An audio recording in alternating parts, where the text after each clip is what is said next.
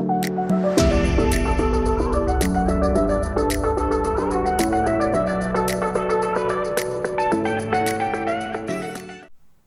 guys, welcome back again sa aking YouTube channel. Ayan guys, magluluto ako ngayon ng adobo. Lagyan ko siya ng turmeric powder. Ayan, kakaibang klaseng luto ng adobo guys. Ayan, sariling version ko lang po yan. Ayan, meron tayong 1 kilong kalahating chicken mais yan guys ang ginamit ko. Ayan, umpisahan na natin ang ating pagluluto. Ilagay na natin ang olive oil. Ayan, at isunod natin ang sibuyas,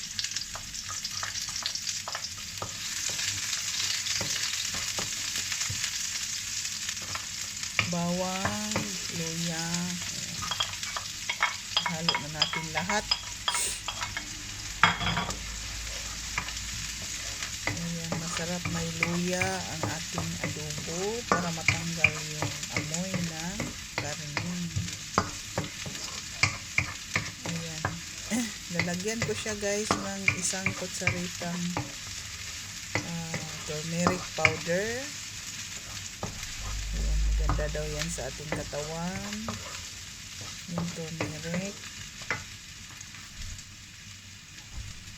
Ayan, igigisa ko ang turmeric isama ko siya sa sibuyas at bawang, luya. Ayan, 1 kutsarita lang po ang ilagay natin guys kasi ayan, pulang-pula yan pag sumobra naman ang ilagay natin. Ayan, 1 kutsarita lang po. Ayan, isabay natin paggisa sa sibuyas at bawang.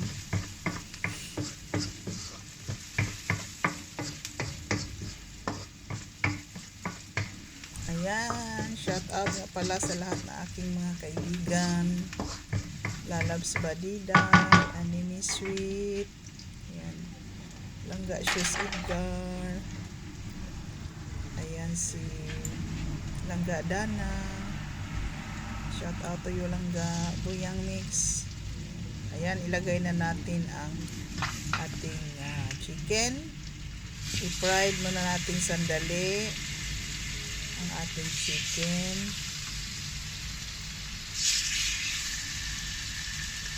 I-brown muna sandali, i-fried.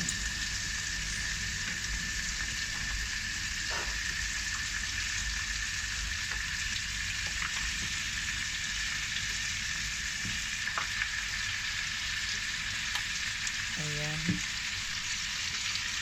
Ayan, ano lang natin guys. Hintay tayo ng 2 to 3 minutes para ma-brown yung ating chicken bago lagyan natin ng ayan, baliktarin natin guys hanggang sa mag-brown yung ating chicken.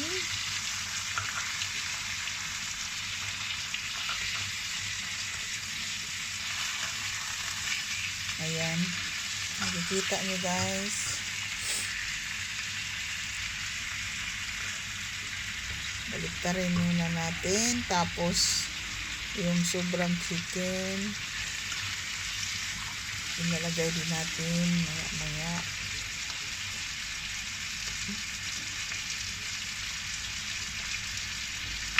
Ayan, napakadali lang po lutuin guys. Napakasimple.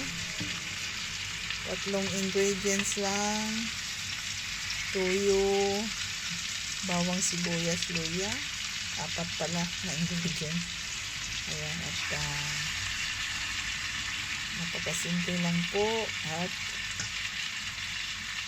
yan lang po yan, paborito ng mga anak ko yan guys. Sila ang nag-request niya na magluto ako ng adobo.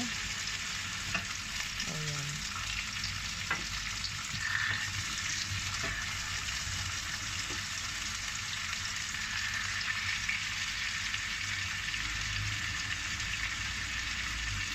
Ayan, ilagay ko na ang natirang chicken para i-fried ko na naman. Tinabi ko yung mga brown na. At yan.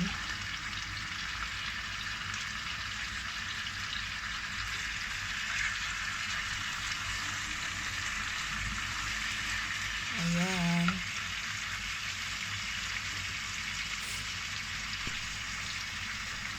Ayan guys. Ano ko na po guys. Na-fried ko na lahat. Halos meron pa palang isang piraso na tira. Ayan.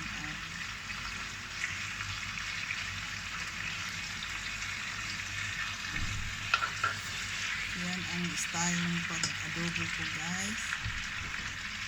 Na-fried ko muna bago ko lagyan ng tubig. Ayan, may natirang isang chicken. Dalawa pala. Ayan. I-fried ko rin yan hanggang sa lahat ay mag-brown. Tapos takpan.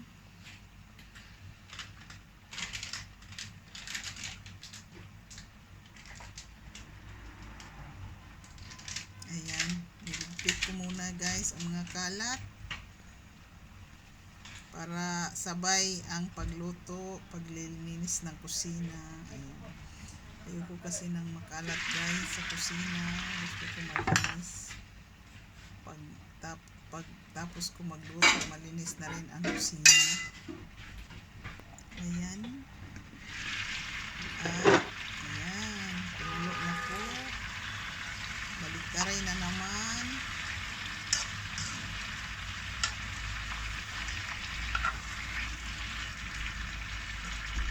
Ayan. Ayan guys, tapos ko nang takpan muna. Ayan. At palambutin. Hindi ko na lang pinapakita sa inyo guys. Ayan. After 15 minutes, ayan, lumambot na po siya. Lagyan natin ng black pepper.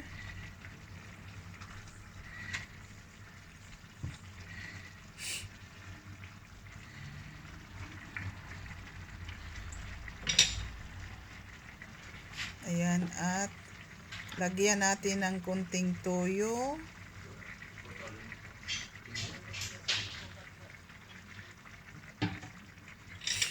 Ayan, di na ako naglalagay guys ng asin kasi maalat na yung toyo. Nor cube na lang ang ilalagay ko. Ayan. At takpan uli para mag-absorb yung toyo. Ayan. Lagyan natin ng laurel, dahon ng laurel, 2 piraso para matanggal yung amoy ng karne.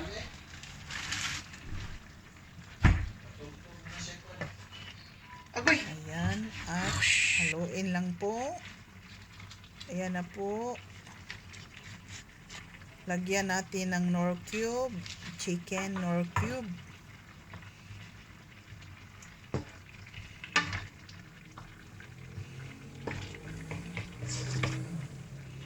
Ayan, malambot na po ang karne.